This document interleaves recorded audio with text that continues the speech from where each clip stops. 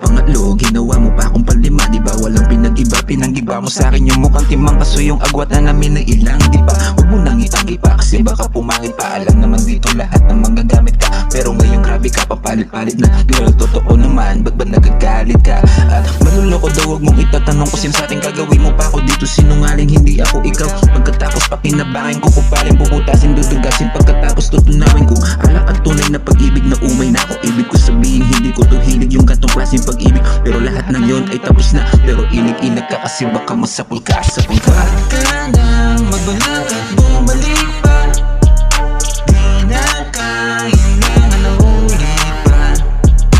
Dahil lang sa'yo'y napagod na, di na rin ako aasang bumalik ka pa. Okay na ako sa ganon, buti umalis ka na. Dati masaya na araw, ngayon binura ko na. Di na dapat balikan ang maling nakaraan. Siya ang nagpapatunay, di lang lalaki ang nananakol. Oh, ayoko na sa'yo, doon ka na sa bago mo. Parehas kayo manluloko, di nasali sa laro nyo, di nasali sa laro nyo. Huwag ka na manloko, pukin ang ina mo ka. Dami pang sinasabi, papapinger lang pala. 2 hands, 2 feet, ipinasok na sa'yo. At sabay magugulat sa iba, nagpapayo. Kept my shit stayed calm, I was gonna kill the two. Then this motherfucking think that this boy ain't got a clue. Well, fuck your shit, I'ma say what I wanna say. Fuck you both, you can die, make it every day. Ba't ka na